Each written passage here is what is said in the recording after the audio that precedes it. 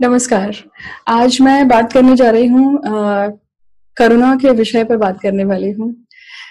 आज की जो चर्चा है वो इस पर है कि हम सभी इस महामारी के समय में अपने आप को कैसे सशक्त कर सकते हैं, हमारी रोग प्रतिकारक शक्ति, इम्यूनिटी कैसे बढ़ा सकते हैं।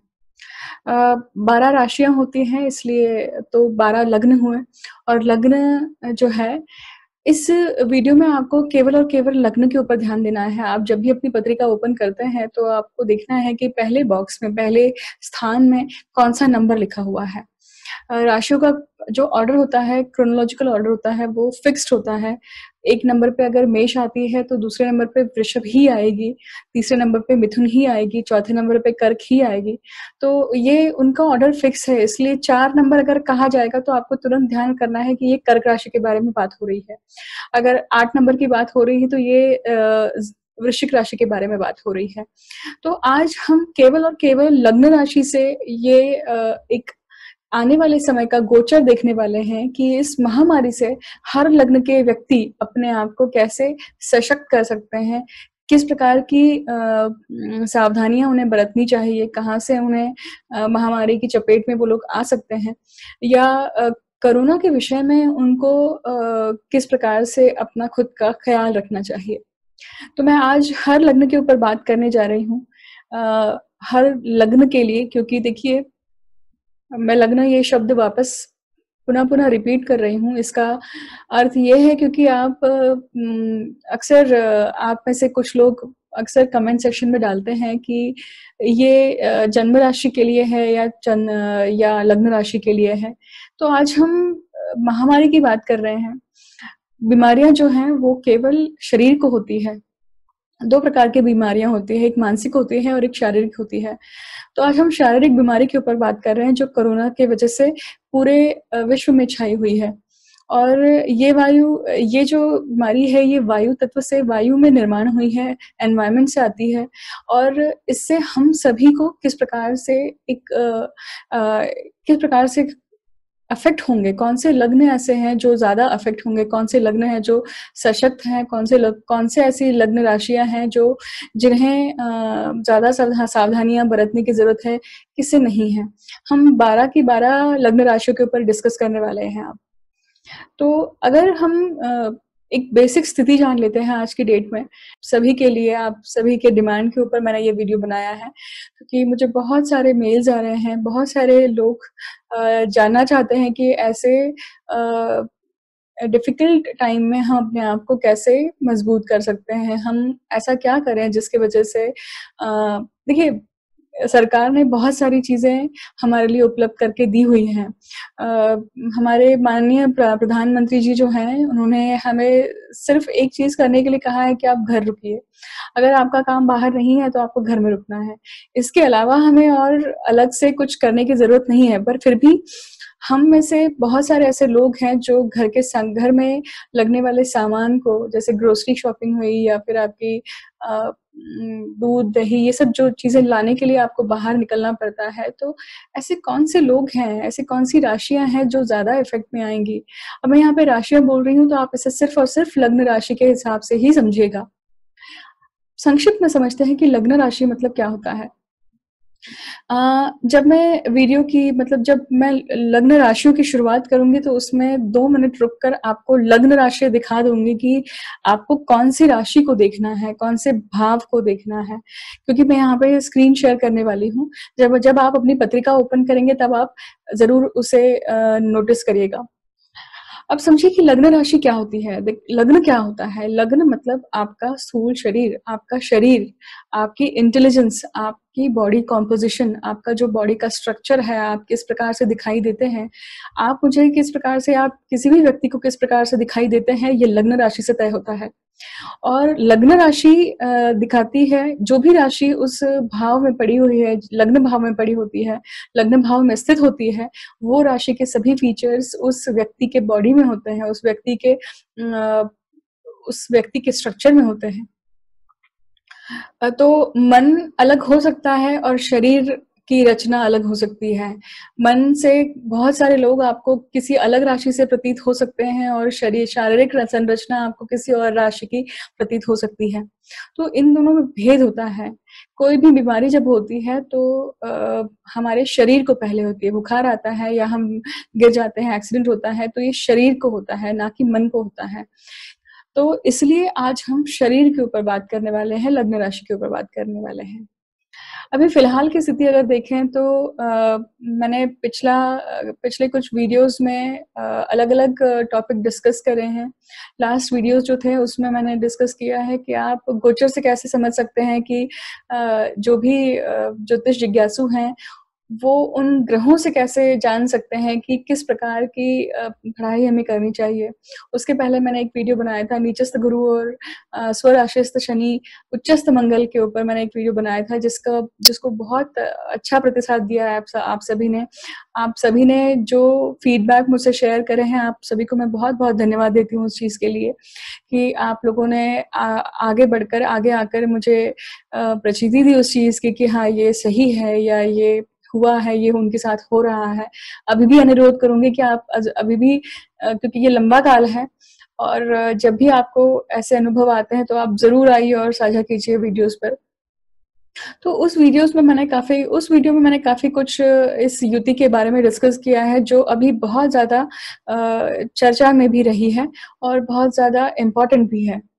देखिए, कभी भी कोई भी ग्रह का गोचर जब होता है तो उसमें गुरु और शनि को बहुत महत्ता दी गई है, राहु-केतु के गोचर को भी बहुत महत्ता दी गई है। क्यों? क्योंकि ये जो ग्रह हैं, ये किसी भी राशि में बहुत ज़्यादा समय तक रुकते हैं, इसलिए इनके पास में परिणाम देने के लिए काफ़ी समय होता है।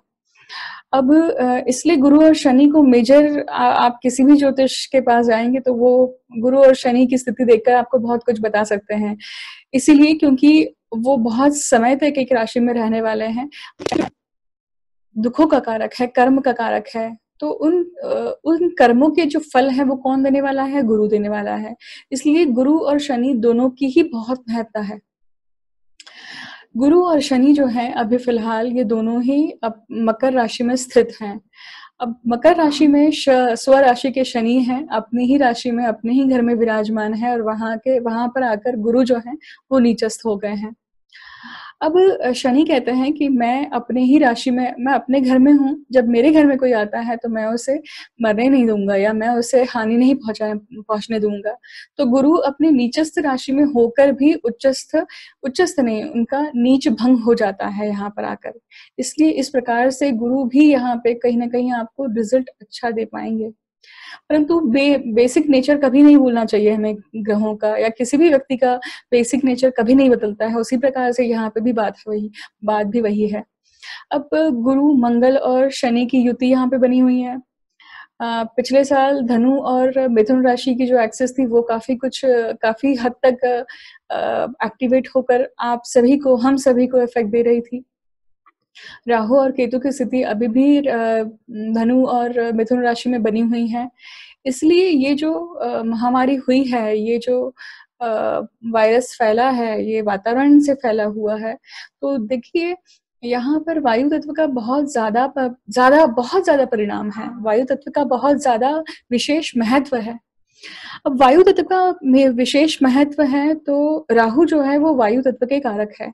राहु को पॉइज़न कहा गया है। हालाँकि राहु से ही एंटीडोट बनता है, राहु की ऊर्जा से ही एंटीडोट बनाया जाता है। या जो राहु की एनर्जी है वो जितने भी फार्मास्यूटिकल्स हैं या फिर जितने भी फार्मा सेक्टर है उसमें जो भी दवाइयाँ बनती हैं, एलोपैथी की दवाइयाँ बनती हैं, वो सारी किसी न किसी प्रकार के विष से जो बिल्कुल एक्यूरेट मात्रा में लेकर उस विष की सहायता से एंटीडोट तैयार किया जाता है। हम और आप बहुत सारे पेन किलर्स जो लेते हैं वो भी राहु के अंतर्गत आती है। तो देखिए, परंतु राहु जो है वो महामारी के फैलाने के कारक भी हैं एक्चुअली देखा जाए तो। राहु केतु जो है वो शनि के लिए काम करते हैं। तो अब ये महामारी हर व्यक्ति को, लग्न राशि को किस प्रकार से हमें परिणाम देगी? अगर हम मेष राशि की बात करें, अब यहाँ पे मैं स्क्रीन शेयर करने जा रही हूँ।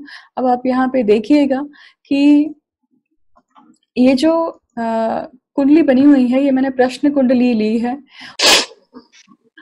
जो कुंडली है ये प्रश्न कुंडली है, और इस प्रश्न कुंडली में आप देख सकते हैं कि अभी का जो लग्न है वो तुला लग्न है, पर हम बात कर रहे हैं मेष राशि से, इसलिए मैं इस चार्ट को घुमा देती हूँ और मेष राशि से इस चार्ट को शुरू करूंगी। अब देखिए, जब भी आप अपनी पत्रिका ओपन करते हैं तो हॉरोस्कोप में यहाँ पे एक प्रकार की लग्न कुंडली बनी हुई आपको मिलेगी। उसमें सबसे पहला बॉक्स जो है उसे लग्न भाव कहा जाता है। जब आपका जन्म हुआ था उस वक्त पूर्व क्षितिज पर जब सूर्य उदय हो रहे थे और जो भी राशि उदित थी वो राशि आपके लग्न भाव पर यहाँ पे विराजमान है, यहाँ पे बैठी हुई है। तो अभी आप देखेंगे कि मेष राशि की मैं बात कर रही हूँ, और मेष राशि में देखिए सूर्य फिलहाल विराजमान है।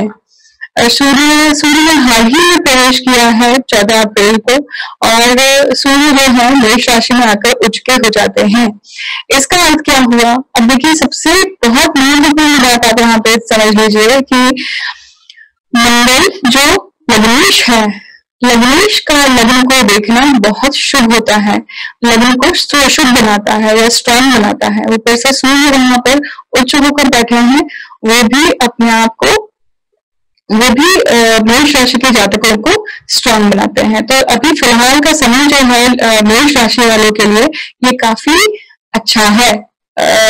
जितने भी मेष राशि के जातक हैं, जो मेष लग्न के जातक हैं, माफ कीजिएगा, उनमें सिर्फ अगर वो सरकार में बताई हुई खबरदारी लेते हैं, वो प्रोसीजर फॉलो करते हैं, तो भी उनके लिए ये समय बहुत अच्छा कर सकता है, बहुत अच्छे से वो अपना ख्याल रख सकते हैं, उनके लिए इतनी हानि नहीं है।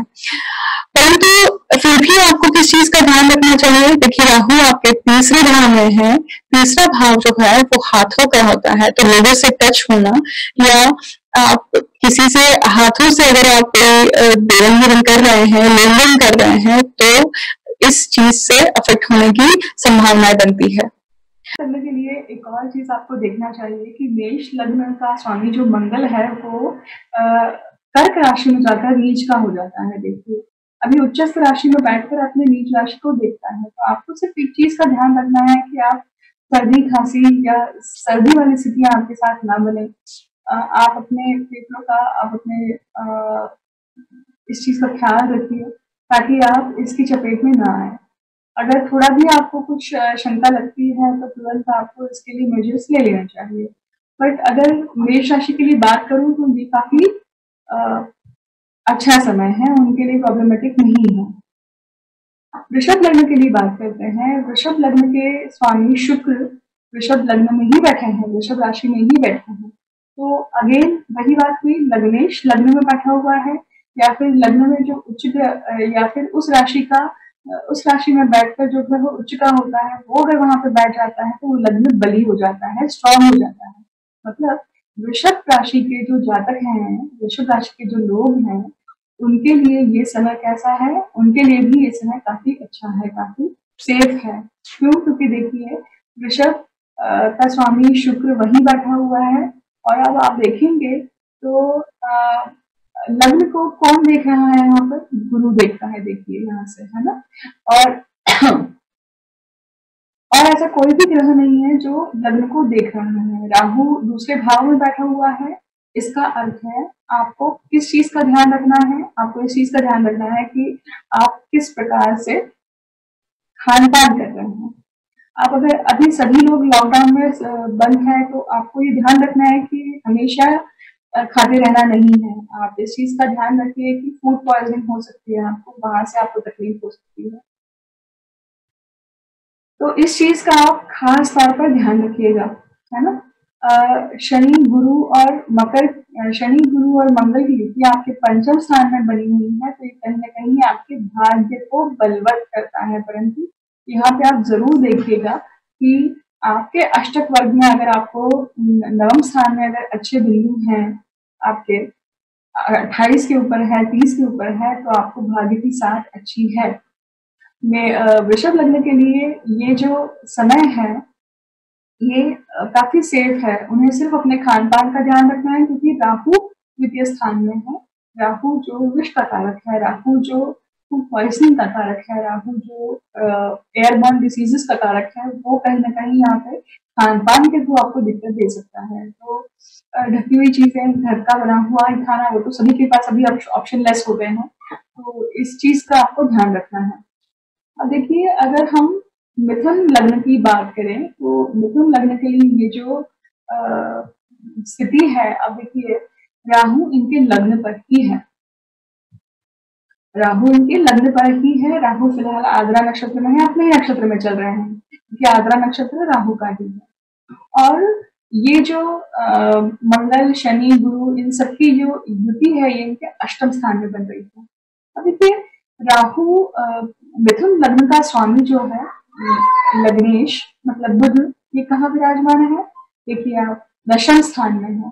दशम स्थान में बुध जो है वो मीन राशि में है, और मीन राशि में बुध नीच के हो जाते हैं। मतलब मिथुन लग्न के जातकों के लिए ये जो गोचर है या ये जो समय है अभी का काल है, ये दिक्कत वाला है। उन्हें खास तौर पर ध्यान रखना होगा कि अगर उन्होंने अपना ध्यान नहीं रखा, अगर उन्होंने सावधानी नहीं बरती, सोशल डिस्टेंसिंग नहीं करी, अगर लापरवाही बरती, तो ये उनके पैंडेमिक के चपेट में आ सकते हैं। ये खास तौर पर मिथुन लग्न को जरूर ध्यान रखना पड़ेगा। किस तरीके से आ सकते हैं? देखिए लग्न है तो आप सोशल डिस्टेंसिंग करिए, आपके लिए भी मस्ट है सोशल डिस्टेंसिंग करना। अब देखिए बात करते हैं कर्क लग्न के लिए।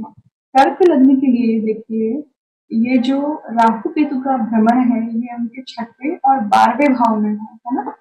अब अगर कर्क लग्न के जातक यहाँ पे जो है कर्क लग्न या फिर आगे आने वाले समय में मैं जब सिंह लग्न के लिए बात करूंगी, दोनों के लिए ये प्रॉब्लमेटिक ये हो जाता है कि लग्नेश वही हो जाता है जो चंद्र राशि होती है। देखिए चंद्र राशि लग्न और चंद्र,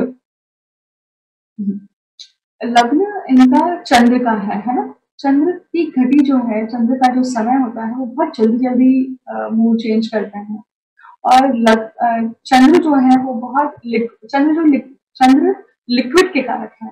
इसका अर्थ ये हुआ कि सबसे ज्यादा अगर जिनको सावधानी बरतनी चाहिए वो कौन से लग्न के लोग हैं? कर्क लग्न के। क्योंकि अभी फिलहाल भी पिछले काफी महीनों से कर्क लग्न के जातक पेट की समस्याओं से, गले की समस्याओं से, थ्रोट इन्फेक्शन, सर्दी, खांसी, इन सबसे काफी परेशान होंगे, क्योंकि राहु केतु की युति कहाँ बनी हुई है 6वें और 12वें भाव में। और 12वां भाव किसका है? हॉस्पिटलाइजेशन का है। 6वां भाव आपके रोग का है।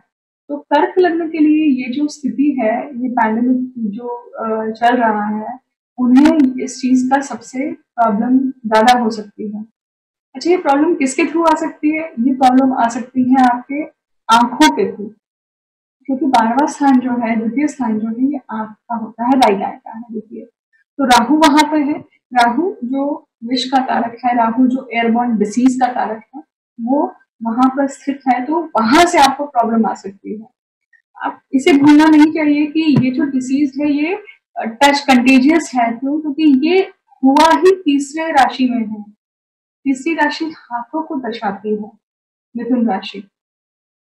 तो कर्क लग्न देखिए, यहाँ पे एक और चीज आपको नोटिस करनी है कि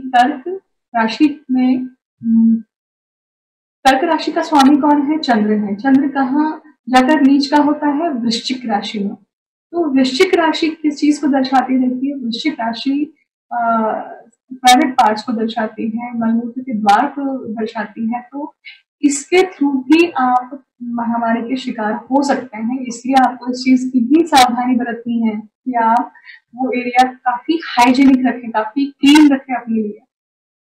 ऊपर से ये राशि कहाँ पड़ रही है? आपके 5वें स्थान में, मतलब पेट। आपको पेट की समस्याओं से भी अपने आप को दूर रखना है, चाहे वो कॉन्स्टिपेशन हो या फिर आपका मोशंस की प्रॉब्लम हो। अब देखिए, अगर हम सिंह लग्न की बात करें तो सिंह लग्न की अच्छी बात अभी ये है कि सिंह लग्न का स्वामी सूर्य अभी फिलहाल उच्च के चल रहे हैं। कहाँ पर? नवम स्थान में। नवम स्थान में होकर ये सूर्य जो है ये भाग्य को बलवत भी कर रहे हैं, और नवमेश भी अभी फिलहाल बलवत स्थिति में ही है, क्योंकि ये बलवान होकर या उच्च होकर अपनी उच्च राशि में बैठे हैं, मकर राशि में बैठे हैं। पर अब देखिए सूर्य जो अब सिंह लग्न को और कोई भी ग्रह देख रहा है क्या? तो कौन देख रहा है? देखिए ये देख रहा है, मंगल सूर्य को देख रहा है, मंगल सिंह राशि को देख रहा है, क्योंकि मंगल की 8वीं दृष्टि सिंह लग्न पर पड़ती है। अच्छी बात यह है कि सिंह लग्न का स्वामी सूर्य और मंगल आपस में मित्र हैं, इसलिए ये उसे सशक्त बनाएगा, लग्न को सशक्त बनाएगा, मतलब आपकी रोग प्रतिकारक शक्ति को बढ़ाएगा। परंतु सूर्य जहां बैठा हुआ है, ये कनेक्शन भी किस तरह से बन रहा है देखिए, सूर्य जो लग्नेश है वो कहाँ बैठा हुआ है? मंगल की राशि में बैठा हुआ है, तो ये कनेक्शन बना हुआ है यहाँ पर, है ना। तो ये कनेक्शन कहीं ना कहीं भाग्य से बन रहा है। जब तक सूर्य मेष राशि में है तब तक आपके लिए भाग्य की भी साथ है, आपको इस तरह से कहा जा सकता है। परंतु एक चीज आपको ध्यान रखना चाहिए कि ये जो महामारी है ये कहाँ से आ सकती है, आपको कहाँ से आपको प्रॉब्लम हो सकती है। देखिए सूर्य जो है वो कहाँ जाकर नीच हो जाते हैं? तुला राशि में। तुला राशि क्या दर्शाती है? सबसे पहले तो आपके पत्रिका में तुला राशि कहाँ पड़ रही है? तीसरे स्थान में। तीसरा स्थान क्या है? हाथों का है। परंतु तुला राशि किस चीज को दिखाती है? प्राइवेट पार्ट्स को दिखाती है, खास करके आपके जो रिप्रोडक्टिव ऑर्गन्स है उनको दिखाती है। मतलब कहाँ से प्रॉब्लम आ सकती है? वहां से, मतलब आप अगर लापरवाही बरत रहे हैं, क्लीनलीनेस नहीं रख रहे हैं, हाइजीन नहीं रख रहे हैं, तो वहां से आपको महामारी या वहां से आपको विक्टिम होने की संभावना जरूर बनती है। तो आपको उस चीज का खास करके ध्यान रखना है। ऊपर से अब देखिए 11वें स्थान में राहु है, इसका अर्थ क्या हुआ? कानों का प्रॉब्लम भी हो सकता है, वहां से भी आपको प्रॉब्लम आ सकती है, क्योंकि तीसरा स्थान और 11वां स्थान ये दोनों तरफ के हाथों को भी दिखाता है, इसलिए तो इसका भी आप ध्यान रखिए कि सोशल डिस्टेंसिंग मेंटेन करना आपके लिए द मस्ट है। कन्या की बात करें, कन्या लग्न के लिए देखिए ये ये सिचुएशन कहाँ बन रही है? राहु केतु इनके 4th एंड एक्सेस में आ रहे हैं, है ना। कन्या लग्न का स्वामी कौन है? बुध है। जैसे हमने मिथुन लग्न के लिए बात की थी कि मिथुन लग्न का स्वामी बुध ये अभी नीच का होकर उसे देख रहा है, कन्या को देख रहा है, क्योंकि ये मीन राशि में बैठा हुआ है बट अपने लग्न को देख रहा है। तो ये कहीं ना कहीं नीच होकर अपने ही भाव को देख रहा है, तो ये एक तरफ से अच्छी बात है कि लग्नेश के अपने ऊपर दृष्टि है। अगर आप ध्यान देते हैं, अगर आप सावधानी बरतते हैं, तो आप इस चीज से प्रॉब्लमेटिक से बाहर आ सकते हैं। परंतु देखिए बुध जो है, क्योंकि बुध की स्थिति अभी फिलहाल क्या है? बुध की स्थिति है, बुध अभी नीच के होकर मीन राशि में पड़े हुए हैं, इसलिए उनकी स्थिति जब तक उनकी स्थिति चेंज नहीं होगी तब तक आपके लिए सिचुएशन काफी क्या रहेगी? दिक्कत वाली रह सकती है, आपके लिए काफी वल्नरेबल रह सकती है, तो आपको उस चीज का ध्यान रखना है। फिलहाल आप देखेंगे कि गुरु की दृष्टि भी कन्या के ऊपर पड़ रही है, तो ये एक तरफ से आपको कहीं सशक्त कर सकता है। परंतु कन्या का स्वामी बुध और गुरु ये दोनों आपस में मित्र नहीं है, गुरु मानते हैं परंतु बुध नहीं मानते हैं, तो उसका भी एक तरफ से प्रॉब्लम होगा। अब राहु केतु कहाँ है? इनके 4 और 10 एक्सिस में है, मतलब कहाँ से प्रॉब्लम आ सकती है? आप बाहर जाएंगे तो आपके लिए प्रॉब्लम आ सकती है, जब आपके लिए भी सोशल डिस्टेंसिंग को मेंटेन करना, मास्क लगाना बहुत आवश्यक है, क्योंकि अभी फिलहाल बुध कहाँ है? 7वें स्थान में है। अदर पीपल 7वें स्थान से हम रोजमर्रा के जीवन में जिन लोगों से मिलते हैं वहां पे बुध वहां पे स्थित है, तो आपके लिए सबसे ज्यादा जरूरी जो है वो एक पॉइंट है। ऊपर से आप जहाँ पे सोते हैं, क्योंकि मीन कन्या का स्वामी कहाँ है अभी? मीन राशि में। मीन राशि काल पुरुष कुंडली में 12वें स्थान में पड़ती है, 12वां स्थान जो शय्या स्थान होता है। तो आपको अपनी सोने की जगह, आपको अपने आपका जो बिस्तर है या फिर आपके बेडरूम है वो आपको काफी क्लीन रखनी चाहिए, क्योंकि वहां से भी आपको दिक्कत हो सकती है, वहां से भी आप जुकाम के या फिर इसके शिकार हो सकते हैं और ये बड़ा रूप ले सकती है, तो इसके लिए भी आपको ध्यान रखना है। अब बात करते हैं तुला के लिए। तुला के लिए देखिए, तुला लग्न जो है उसका स्वामी शुक्र है। अच्छी बात क्या है कि शुक्र अपनी ही राशि में बैठे हुए हैं, कहाँ पर, वृषभ राशि में बैठे हुए हैं। परंतु देखिए कालपुरुष कुंडली में तुला राशि और वृषभ राशि क्या है, ये दोनों की मार्ग भाव में पड़ती है। और अगर हम तुला लग्न की बात करें तो तुला लग्न में वृषभ राशि कहाँ पर रही है, 8वें स्थान में। 8वां स्थान किस चीज का है, प्रेम का है, दुखों का है। देखिए परंतु 8वें स्थान का स्वामी 8वें स्थान में बैठा हुआ है, या हम यूं कहें कि लग्नेश जो है वो 8वें स्थान में बैठा हुआ है जाकर, तो ये स्थिति थोड़ी सी डिफिकल्ट बनाती है। क्योंकि देखिए तुला लग्न के लिए भी ये चीज इंपॉर्टेंट है कि जो लग्नेश शुक्र है वो कहाँ जाकर नीच के होते हैं, कन्या में। तो कन्या राशि आपकी कहाँ है, 12वें स्थान में है। तो मतलब कहाँ से प्रॉब्लम आ सकती है, 12वें स्थान से। अगेन जो मैंने कन्या राशि के लिए रिपीट किया, कन्या राशि के लिए कहा, वही सेम चीज मैं तुला लग्न वालों के लिए भी कहूंगी कि आपको अपने बेडरूम, आपको अपने बिस्तर का, आपको घर में क्लीनलीनेस का काफी ख्याल रखना चाहिए। ऊपर से कन्या राशि क्या दिखाती है, देखिए निचली आंतड़ियां, मतलब लोअर इंटेस्टाइन, स्टमक एरिया, मतलब वहां से भी आपको प्रॉब्लम आ सकती है, मतलब स्टमक से प्रॉब्लम आपको आ सकती है। तो आपको you have to make sure कि आप कॉन्स्टिपेट नहीं हो रहे हैं, आपके इमोशंस क्लियर रह रहे हैं, आपको स्टमक की कोई प्रॉब्लम्स नहीं रह रही है। इसका आपको ख्याल रखना पड़ेगा। जो शुगर के पेशेंट्स हैं उनके लिए खास तौर पर ये ध्यान रखना चाहिए कि उन्हें भूख ज्यादा लग रही है, परंतु उस भूख ज्यादा लगने से, ज्यादा खाने से फूड पॉइजनिंग या इंडाइजेशन ना हो। अब देखिए राहु और केतु कहाँ है। राहु और केतु देखिए इनके तीसरे और नौवें एक्सिस में है। अच्छी बात क्या है, देखिए तीसरा भाव जो होता है वो उसका होता है, नौवां भाव जो है आपके भाग्य का है। अब 9वें भाव में आपका यहाँ पे अगर राहु है तो वो कहीं ना कहीं कहाँ से प्रॉब्लम्स लाने की क्षमता दिखती है यहाँ पर, नवम भाव से और तीसरे भाव से। तो नवम भाव आपके पिता का है, नवम भाव सोशल गैदरिंग का होता है, या फिर आप रिलीजियस स्थानों का होता है। अभी फिलहाल की स्थिति जो है कि लॉकडाउन की वजह से कहीं बाहर जाने की जरूरत ही नहीं पड़ती है, परंतु आप अपना पूजा घर भी बहुत अच्छे से रखिए, साफ रखिए, क्लीन रखिए। वहां पे जो अगरबत्ती आप लगा रहे हैं, उस अगरबत्ती के धुएं से आपको यहाँ पे प्रॉब्लम हो सकती है। हो सकता है कि इस वक्त वो जो वायु है वो कहीं ना कहीं दिक्कत कर जाए आपके लिए। तो यहाँ से आप अपना एक ख्याल रख सकते हैं।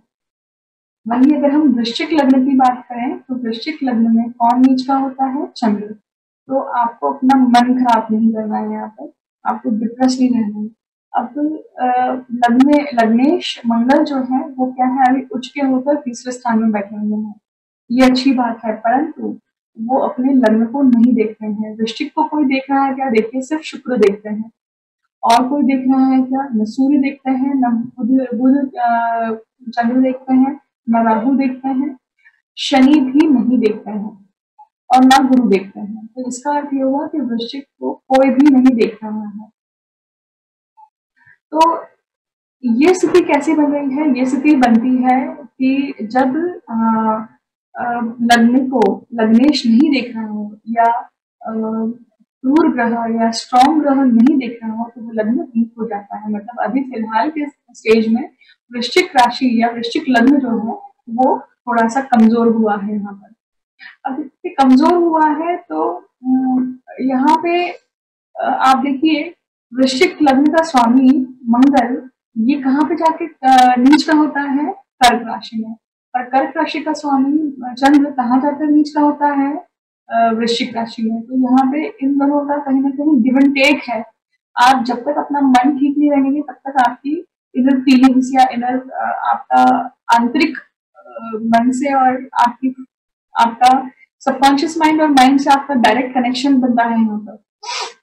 तो देखिए कर्क राशि जो आपके नवम स्थान में पड़ी है, जहाँ पे इसका स्वामी चंद्र है, वो कर्क राशि में लग्नेश यहाँ पे नीच का हो जाता है। तो मतलब लग्नेश जब नीच का हो जाता है, अच्छी बात यह है कि लग्नेश अभी उच्च है परंतु अपनी नीच राशि को देख रहा है। तो अगेन प्रॉब्लम कहाँ से आ सकती है? एक तो आपकी नीच राशि से, और दूसरा राहु केतु का जो एक्सेस है वहां से। राहु केतु का एक्सेस कहाँ है? यहाँ पर अष्टम स्थान में है और दूसरे स्थान में, मतलब खास करके आपका खान पान और मलमूत्र विसर्जन और आपकी सेक्सुअल एक्टिविटी, इन सब चीजों से आपको अपने आप को काफी सचेत रखना है, अटेंटिव रखना है, अवेयर रखना है कि आप अपने आप को बहुत ज्यादा इन सब एक्टिविटीज में इंडल्ज ना करें। इंडल्ज करते भी हैं तो कहीं ना कहीं आपको हाइजीन का या आपको क्लीनलीनेस का बहुत ज्यादा ख्याल रखना पड़ेगा। यहाँ से आपको प्रॉब्लम आने की संभावनाएं है। दूसरे स्थान में केतु है तो कहीं ना कहीं जिन चीजों को आपको खाना चाहिए वो चीज आप नहीं खाएंगे तो आपको प्रॉब्लम हो सकती है, क्योंकि केतु इच्छा हटाता है उस चीज से जो चीज आप करना चाह रहे हो, जिस चीज के लिए आपका मोह है। अब देखिए बात करते हैं धनु लग्न के लिए। धनु लग्न के लिए धनु लग्न का स्वामी कौन है? गुरु है। गुरु कहाँ है? दूसरे भाव में है, मारक भाव में है। लग्नेश मारक भाव में चला गया है। मतलब क्या हुआ? ये कहीं ना कहीं अगर किसी चीज की आप अति करते हैं, खाने की अगर आप अति करते हैं तो आपको प्रॉब्लम आ सकती है। लग्नेश नीच का होकर बैठा है कहाँ पर? दूसरे स्थान में। किसकी राशि में? मकर राशि में, जहाँ पे शनि खुद बैठे हुए हैं। ये कहीं ना कहीं एक सेविंग फैक्टर हो सकता है, सेविंग बेस हो सकता है, परंतु ये चीज भूलना नहीं चाहिए कि लग्नेश जब नीच का होकर बैठता है तो धनु राशि के लिए प्रॉब्लम जरूर बनती है, क्योंकि धनु राशि को कौन देख रहा है? राहु देखता है। जब गुरु धनु राशि में थे तो गुरु गुरु को वेद लगे हुए थे, किनसे? राहु से। क्यों? क्योंकि वेद कब लगते हैं? जब कोई समय सप्तक होता है ग्रह, और खास करके मंगल और शनि या राहु ऐसे ग्रह जब समय सप्तक होते हैं तो वो वेद करते हैं, और वेद जब होता है तो वो प्रॉब्लम क्रिएट करते हैं, दुष्परिणाम देते हैं। तो डेफिनेटली जितना, और वैसे ही पिछला साल जो था धनु राशि और मिथुन राशि के लिए काफी काफी हैपनिंग रहा है, जिसके ऊपर हम काफी बार चर्चा कर चुके हैं वीडियोस में। आपने अगर कुछ वीडियोस चेकआउट नहीं करें तो जाइए, जरूर चेकआउट करिएगा। और धनु लग्न के ऊपर, धनु राशि के ऊपर, या गुरु का भ्रमण या शनि का भ्रमण, इन सबके ऊपर मैंने वीडियोस डाले हुए हैं, आप जरूर देखिए उन सबको, आपको काफी हेल्प मिलेगी उससे। तो मतलब आप देखिए राहु कहाँ है? इनके 7वें स्थान में है। मतलब धनु राशि को सोशल डिस्टेंसिंग मेंटेन करना सबसे ज्यादा इंपॉर्टेंट है। क्यों? क्योंकि वहीं से हाथ मिलाना, लोगों के साथ रहना, यहीं से आप चपेट में आ सकते हैं, यहीं से आप प्रॉब्लम में आ सकते हैं। इसका आपको खास ध्यान रखना है। देखिए अगर हम बात करें, जैसे हमने लग्नेश जहाँ नीच का होता है उसकी हमने बात करी, इसलिए दूसरा स्थान जो है वो खान पान का है। तो खानदान का भी विशेष ध्यान रखना है। अभी 3 ग्रह आपके दूसरे स्थान में, मारक स्थान में विराजमान है, जो कहते हैं कि अलग अलग तरीके के खाना, क्योंकि सभी लोग घर में हैं, सभी लोग घर में बैठकर नया नया भोजन ट्राई कर रहे हैं, तो आपको अपने खान पान पे भी विशेष ध्यान देना है। मंगल जो स्पाइसी खाना दिखाता है, शनि जो बासा खाना दिखाता है, और गुरु जो मीठा, इन सबका समन्वय सही तरीके से होना चाहिए, क्योंकि इसी से आपके आप प्रॉब्लम्स में आ सकते हैं। अब दूसरी बात ये भी है कि मकर राशि जो है वो पैरों पर है, पैरों या आपकी धनु राशि घुटने पर पड़ती है, तो पिंडलियां जो है या आपके नीचे का पोर्शन जो है वो मकर राशि में आता है। और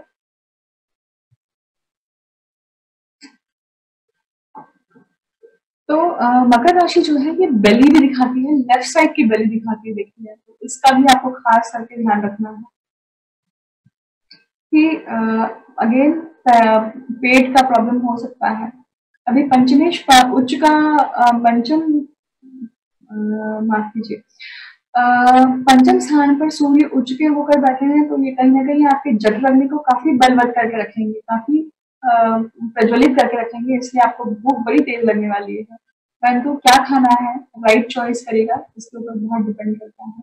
आपके लिए बहुत जरूरी है कि आप सोशल डिस्टेंसिंग मेंटेन करें। आपके लिए बहुत जरूरी है कि आप मास्क लगाकर जाएं जब भी आप सामान खरीदने जा रहे हैं, बाहर जा रहे हैं, बहुत जरूरी है। मकर राशि की बात, मकर लग्न की बात करते हैं, तो मकर लग्न में ही देखिए लग्नेश खुद वहां पर है। मैंने पहले ही नियम बताया था कि लग्नेश जब लग्न स्थान पे होता है तो वो लग्न को बलि कर देता है, वो स्ट्रॉन्ग कर देता है। ऊपर से मंगल वहां पर उच्च होकर बैठा है तो भी वो ये कर रहा है, स्ट्रॉन्ग कर रहा है। तो दो फैक्टर्स जो स्ट्रॉन्ग करते हैं, उसके साथ में गुरु जब आता है वहां पर तो वो नीच भंग हो जाता है। तो मकर राशि के लिए भी बहुत अच्छी बात यह है कि इनके लिए भी सेफ है ये पीरियड। परंतु देखिए, सेफ हमेशा प्रोबेबिलिटी बनी रहेगी। आप ये नहीं सोच सकते हैं कि मुझे तो कुछ नहीं होगा, मैं सेफ हो गया ये सुनकर, ऐसा नहीं होता है। आपको प्रोबेबिलिटीज के ऊपर हमेशा ध्यान देना चाहिए। राहु कहाँ पर है आपके? आपके छठवें स्थान में है, रोग स्थान में है फिलहाल, है ना। और रोग स्थान मतलब वहां पर और रोगेश कहाँ है आपका? बुध, वो नीचे होकर पड़ा है, इसीलिए आपको प्रॉब्लम हो सकती है। इस चीज से किसके थ्रू हो सकती है? पेट के थ्रू हो सकती है खास करके। और किसके थ्रू हो सकती है आपके? क्योंकि देखिए, आप रोगेश जो है वो मीन राशि में ऑब्वियसली नीच का होता है। तो आप अपने घर में क्लीनलीनेस रखिए। बाथरूम, लैट बाथ दोनों बहुत अच्छे क्लीन होने चाहिए, क्योंकि वहीं से प्रॉब्लम आने की संभावना है। कुंभ लग्न की अगर बात करें तो कुंभ लग्न का स्वामी देखिए 12वें स्थान में बैठा हुआ है, अपनी ही राशि में बैठा हुआ है, और उच्च पर बैठा हुआ, स्वराशि से बैठा हुआ है। उसके साथ में उच्च का मंगल बैठा हुआ है और नीच का गुरु बैठा हुआ है।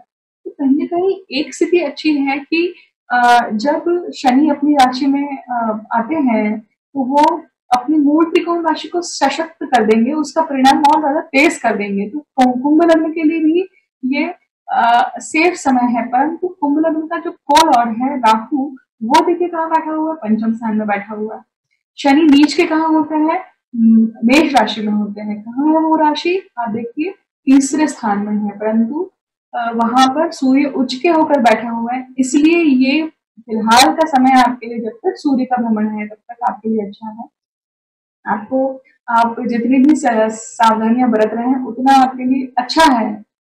परंतु जैसे ही सूर्य का गोचर खत्म होगा, आपके लिए ये दिक्कत वाला समय वापस बन सकता है। क्यों? क्योंकि अगेन तीसरे स्थान में कोई नहीं होगा, और तीसरे स्थान में जब कोई नहीं होगा तो मतलब तीसरे स्थान का जो स्वामी है वो कहाँ बैठा हुआ है? शनि के साथ में बैठा हुआ। तो मतलब हाथों से अगेन 12वां स्थान यहाँ पे वापस आ रहा है। तो आपका घर, आपका बेडरूम, जहाँ पे आप सबसे ज्यादा समय बिता रहे हैं, क्योंकि लोग घर में बैठकर क्या कर रहे हैं अभी फिलहाल? टीवी देखना, या फिर जो लोग वर्क फ्रॉम होम कर रहे हैं तो एक ही जगह पे टेबल चेयर पे बैठ के काम कर रहे हैं। तो कहीं ना कहीं एक स्टिफनेस भी है, और उन सब चीजों से भी आपको कॉम्बैट करना है। राहु पंचम में है तो वो अगेन स्टमक इन्फेक्शन, स्टमक से रिलेटेड प्रॉब्लम, वहां से पैंडेमिक आने का, वहां से आपको कोरोना का प्रॉब्लम आने की संभावना दिखती है। अंतिम लग्न की बात करते हैं, वो है मीन लग्न। मीन लग्न के लिए देखिए यहाँ पे मीन लग्न में कौन नीच का होता है?